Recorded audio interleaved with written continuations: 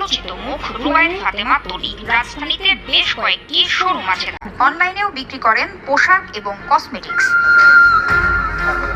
তবে এবার আলোচনায় আসলেন প্রতারণার অভিযোগে। বিদেশি পণ্যের নামে তিনি বিক্রি করছেন দেশীয় পণ্য। তনির বিরুদ্ধে এমন অভিযোগ করেছেন এক ভোক্তা। রাজধানীর পুলিশ প্লাজায় সানভিজ বাই তনির শোরুমে অভিযান চালিয়ে অভিযোগের সত্যতাও পেয়েছে ভোক্তা অধিকার সংরক্ষণ অধিদপ্তর।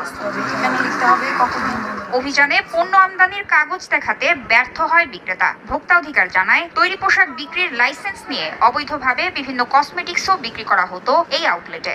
বেশ কয়েকটি অভিযোগ এসেছে এই প্রতিষ্ঠানের বিরুদ্ধে যে পাকিস্তানি ড্রেস তারা অনলাইনে বিক্রি করে, কিন্তু ডেলিভারি দেওয়ার সময় ঠিক তারা দেশি যে ড্রেস সেগুলো পাকিস্তানি নামে বিক্রি করে আসছে দীর্ঘদিন যাবত। এর প্রেক্ষিতে অধিদপ্তরের আমাদের যে সহকর্মী রয়েছেন ইনি নোটিশ জারি করেন।